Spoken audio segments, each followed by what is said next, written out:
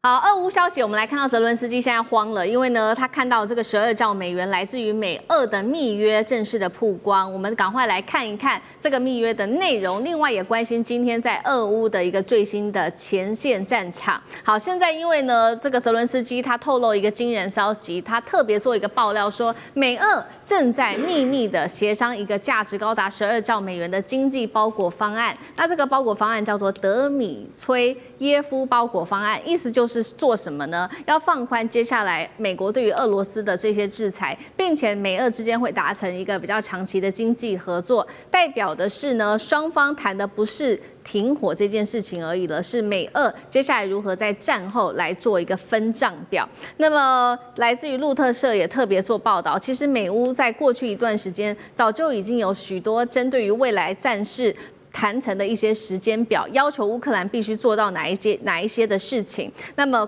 可以看到，美国要求说，乌克兰你3月份要达成和平的协议，5月份你要做公投跟全国大选，6月你则是必须完成相关的协议。但是乌克兰是立刻打脸，他认为说，你讲的这些筹办的时间是要至少6个月以上。包括你要修改这些法令，也要耗费非常多的时间跟金钱，哪有你美国说的这么的容易呢？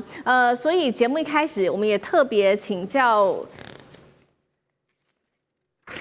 蔡委员怎么看？委员怎么看？这个美俄早就已经谈成了这个战后的协议了吗？川普早就跟这个普丁谈好，泽伦斯基一定要走人了吗？委员怎么看？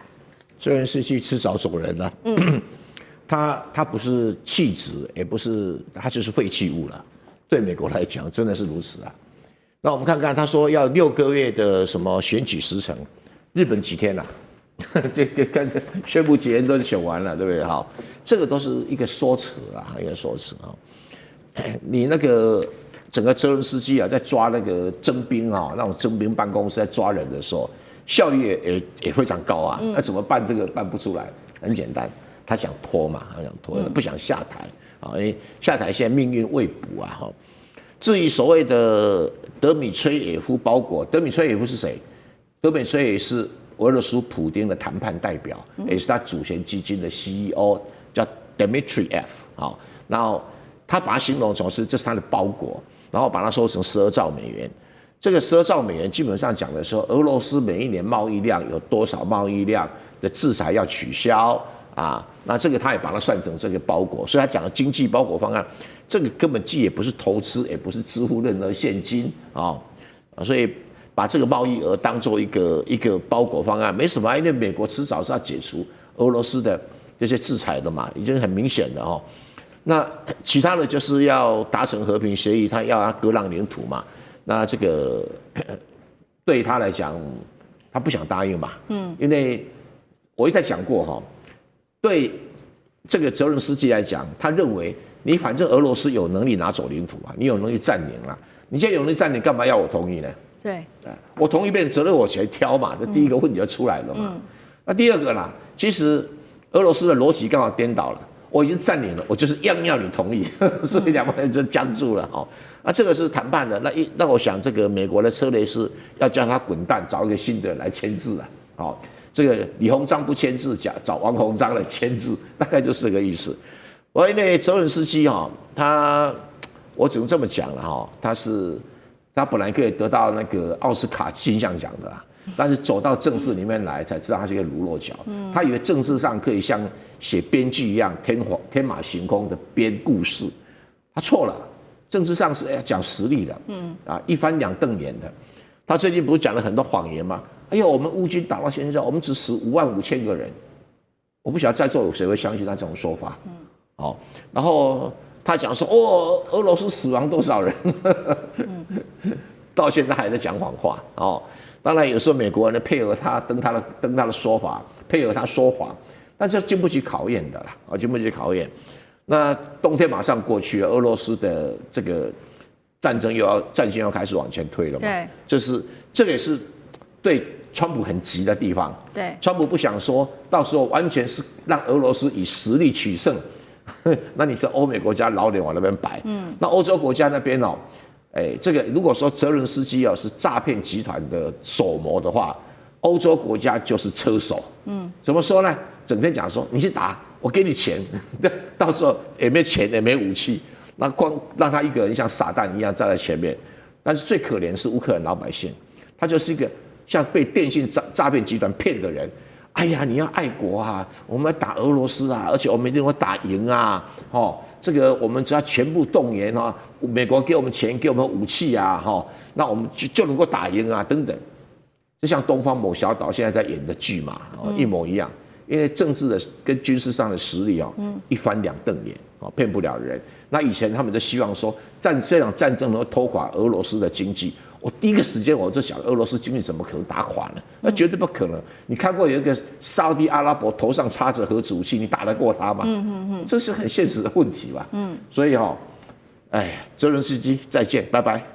对，好，所以我们看到这个谈判，美俄之间的谈判持续进行，泽伦斯基可以说是无能为力。那另外一方面，确实现在俄罗斯他在军事上面掌握很大的优势，尤其是第一线战场。在最近冬季已经快要结束，他持续的推进在领土，我们看到他出动了非常多的武器，全速的推进，当中包括了出动他的图95轰炸机，还有发射2枚的匕首高超音速飞弹，数十枚巡弋飞弹，400架无人机，还有乌克兰现在可以看到它的能源设施、电网、油库都一一被打穿。但是在这个节骨眼上，我们看到泽伦斯基持续的针对提供俄罗斯无人机、飞弹零组件的外国厂商，包括了中国等等的国家来祭出警告。吕舰长怎么看？之前这个泽伦斯基对于欧盟或者对于美国，其实它是一个垫脚石，也就是如何去消耗俄罗斯的一个国家领袖。但是现在呢，已经变成障碍物，而且还是活动障碍物。也就是我去哪里，你正好挡在哪里。也就是我现在要跟对于美国川普总统来讲，他现在就是要跟俄罗斯普丁达成协议，尽快达成协议，这样他才可以从东欧抽出手来解决这一个伊朗的问题啊。那美国现在已经没有同时打2场战争的一个实力，我们从这里就可以看得非常清楚啊。那我们现在还有人注意到说，俄罗斯有哪些？对不起，乌克兰有哪些前进战场嘛？我们以前大家都可以讲得出来，库皮扬斯克、红军城，现在大家还记得哪一个？我们刚刚讲的2个城市，第一个红军城已经被拿下来，第二个库皮扬斯克，乌克兰正在苦战之中，即将沦陷。所以我们讲到大家以前都讲东将军，也就是冬天非常的寒冷，对于交战的双方其实都是一种围困，但是现在已经不是了。为什么？因为现在呢，不需要人跑到户外去作战，现在靠的就是无人机。那无人机如何的能够选对地点，然后选对目标进行攻击？这个才是最重要的。但是你如何选对呢？你选对的过程当中，你是不是要你会不会被电子干扰？那你使用这一个光纤无人机，你会不会遇到现在俄罗斯跟乌克兰都是陆上面全部通通都包着渔网，保护他们的一个基础设施，是不是会遇到这些问题？你如何解决才是最重要的。但是泽伦斯基继续犯错，他犯了什么错？他制裁中国的企业，他有想到吗？他的这一些无人机的装备，连同他的一个涡轮发动机，都是在淘宝上面买的啊！你现在要制裁，我讲的是真的，他是在淘宝上面买的。那他如果是这样的话，他现在还要制裁中国，那他如何为后续攻击俄罗斯的这个无人机做打算？所以我们这样讲泽伦斯基现在呢，他已经是慌了手脚，他不知道该如何应付这一个我们刚刚讲的迪米崔耶夫 package 的这个问题啊。因为大家都很清楚，川普想跟普丁结束这场战争，但是如果我们讲到泽伦斯基签名了，他同意了，他应该活不过几年。为什么？因为我们想一想，当初有多少人听到他的号召之下要加入北约，要收回克里米亚，因而发动了这场战争。现在克里米亚没收回，也没办法加入北约，还要再割让四个州的土地，然后还死伤这么多，惨重，5.5万，可能是10倍吧，应该不是5.5万吧。那如果死伤这么惨重的情况之下，我们讲到不讲别的啦，亚速营的这些弟兄们会饶过他吗？一定不会。他现在找他的安全局不断的去暗杀这个俄罗斯的这些官员，他未来会不会也遭到这种下场？对，好，刚刚也特别提到这个5.5万人这个死伤，其实是来自于士兵阵亡的数字，其实是来自于泽伦斯基他的说法。那其实完全跟这个美国智库 CSIS 还有这个欧洲统计的说，这个伤亡人数达到100万，有惊人的差距。包括了这个来自于乌克兰的新任国防部长也说，现在乌克兰遭遇的就是兵源告急、逃兵成灾，前线快撑不住。聂老师怎么看 ？OK， 我先讲一下，我刚刚看到这个。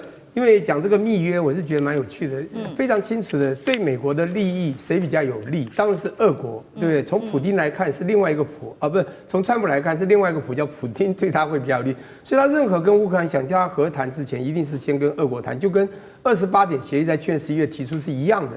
这个28点协议里面呢，当然除了这个领土还有这个核电厂这个孜孜不绝之外，其实有些东西已经都达到共识，就是最后要让俄国在慢慢的这个经济制裁要松绑。就是我觉得这个密约其实就在续去年28条合约之内容之一。但是我现在要讲您刚刚问的这个问题，就是死伤多少。